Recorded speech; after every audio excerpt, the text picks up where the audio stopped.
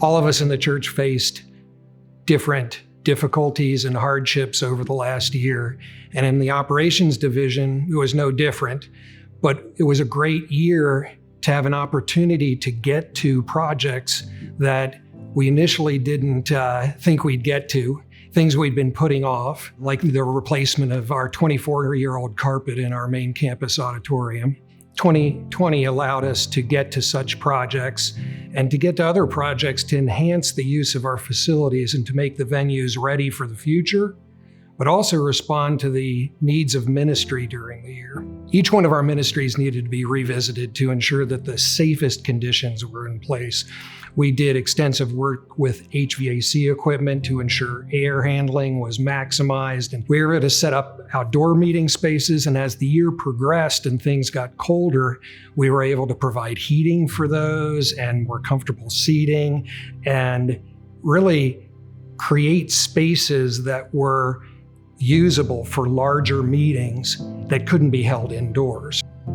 One of the things that was hardest about 2020 was hearing that the high school ministry and the junior high ministries were really floundering. And so this thought happened, we have all these spaces that aren't being used.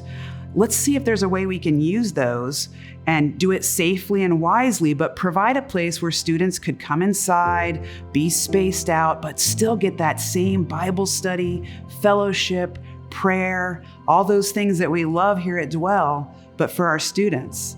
We also worked on all of the signage at each one of our venues. We had projects at each one of our venues to change the signage from the old name to the new Dwell name. We're really excited about our name change and those small details that make it real and complete. When I think about operations, that part of our church, I think of it kind of like the skeleton. You know, we all benefit from having a skeleton all the time. We don't think about it, but we would know if it was no longer there. We would be a wreck. And that's what I think about when I think about this team and what they've done this year to adapt, to adjust, to serve. And I have to be honest, I can't say I'm surprised, but what I am is I'm very, very grateful. When the stay-at-home order was issued last March, it felt like a bomb was dropped. And I think the character of the members of our church showed that they ran towards the cloud of smoke, into the chaos, looking to serve people in need. First thing I remember was the high school students in our ministry getting involved in the Meals on Wheels program, delivering hundreds of meals to people all around the city in need. And even though our high school ministry has declined in number over the last couple of years, it shows the high quality of students there in their spirituality. And they could represent some of the biggest influences among Generation Z in the coming years. We started doing food drives and diaper drives in the South Park apartment complex area, which has actually led to the formation of a new ongoing ministry team. One of the ways that we've been able to minister to the community in 2020 was through working with Sarah Fusner, starting the Community Clothing Outreach. It's been ministering to the needs of the North Linden area and lots of other families. Over 170 families have come to get free clothing and have their needs met, and several of those families continue to come back. One really special partnership that Dwell has is with the Clintonville Community Resource Center. We've been able to step up and meet the needs for them as well as the pandemic hit. We were able to help their clients that were senior citizens with their lawn care. We helped them with their food pantry needs and supplying food to seniors as well, driving food packages to them. So it's a really awesome way to minister to the physical and very real needs of the community, but also to share the gospel with them. All of the volunteer things that we've done over the last year do not represent a departure from our core values of sharing the gospel and discipling people. It's actually softening the ground in our city for further sharing the gospel once the pandemic subsides. We were set to launch our Pacesetters Daytime Bible Study back in March 2020. We realized that we had to shut things down literally a day before our launch. So that was obviously discouraging, but it's been one of those examples where God has not only overcome the challenges, but in some odd ways worked right through those challenges to put us in places that we never really anticipated being. Every Thursday, 60 plus people show up in cars with their friends, with their dogs, and fill out the parking lot. And Gary, our intrepid Bible teacher, gets up there on a stage with a tent. And just like an old-time tent revival, he's out there preaching the word. Pacesetters is a real provision for seniors. It's a spiritual connection. It's an emotional connection. And it's a joy to see each other. And it's kind of hard to put into words because you feel the Spirit.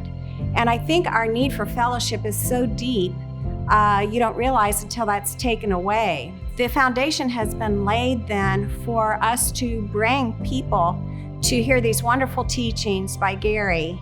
So we as seniors really appreciate this venue where we can bring people that we can learn the word and we can share it with others, and we're extremely grateful. This year we've had a number of really unique challenges along with COVID-19. At the beginning of the pandemic, we weren't sure how we were going to do our meetings. And initially, we had to do all of our meetings virtually. And so we had our Bible studies on Zoom, which presented a number of challenges as we found that high school students hate Zoom. And so we found that a number of our students were disengaged during Bible studies. Some students decided that they just weren't going to come to Bible studies until we were meeting in person again. And it was really difficult for our group. During the summer, we were thankfully able to begin meeting outside. We took precautions to meet as small groups, 10 or less people in backyards, at parks, and we were thankfully able to meet in person.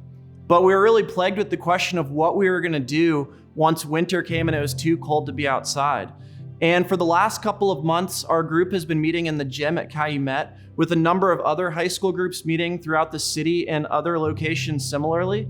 We wear masks, we spread out, we keep the gym doors open, and thankfully we've had no cases of COVID transmitted through our Bible studies. And so, although there's been a lot of difficulties, we've really tried to persevere, and we've actually had a couple of students that have started a relationship with Christ during this time.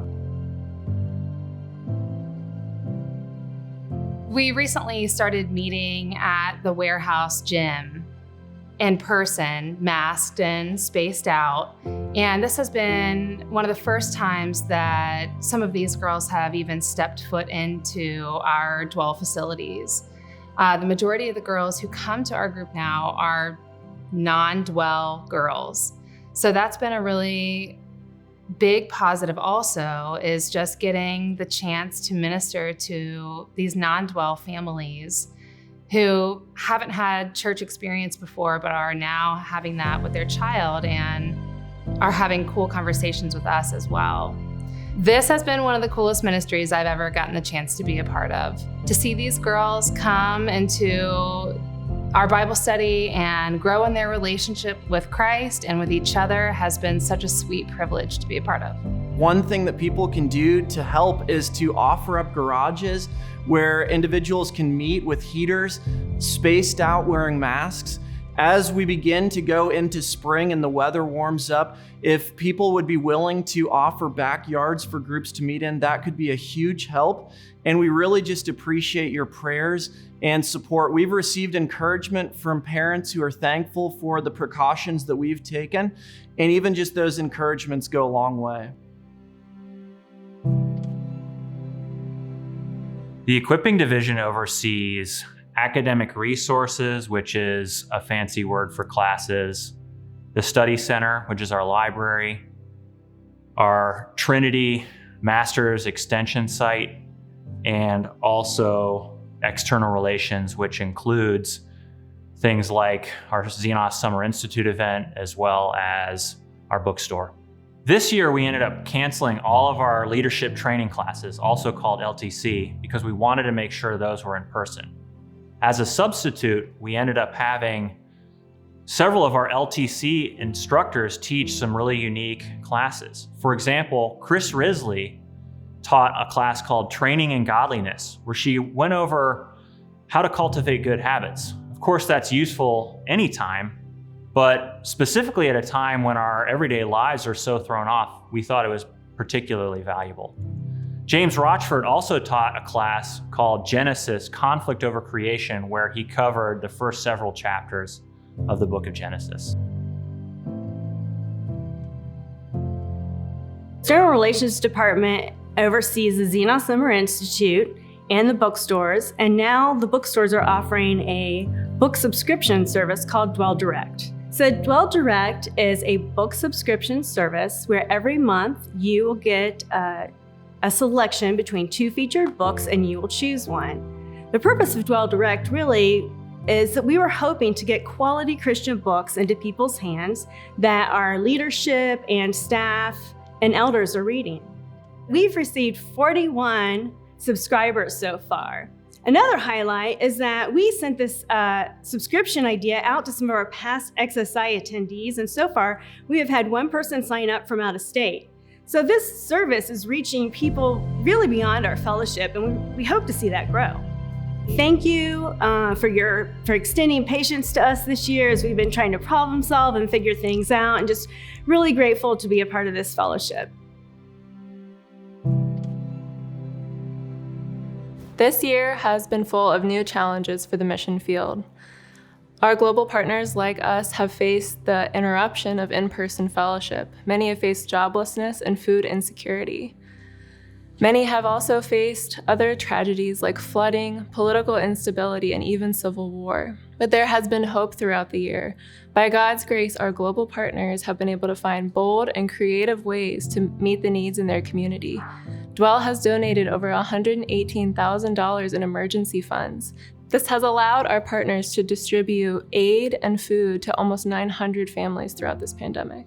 Despite lockdowns and restrictions, our partners found creative ways to meet in person, have deep fellowship, and grow God's kingdom.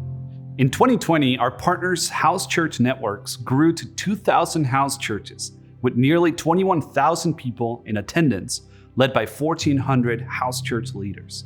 These partnerships are overseen by 19 missionaries and 260 local church planters. In 2020, the goal for our Global Partnership Fund was $583,000. Thanks to the extreme generosity of our church, we were able to raise not only that, but $120,000 over that goal. We're so thankful for your generosity in the midst of an incredibly difficult year. Thank you for supporting this eternal work.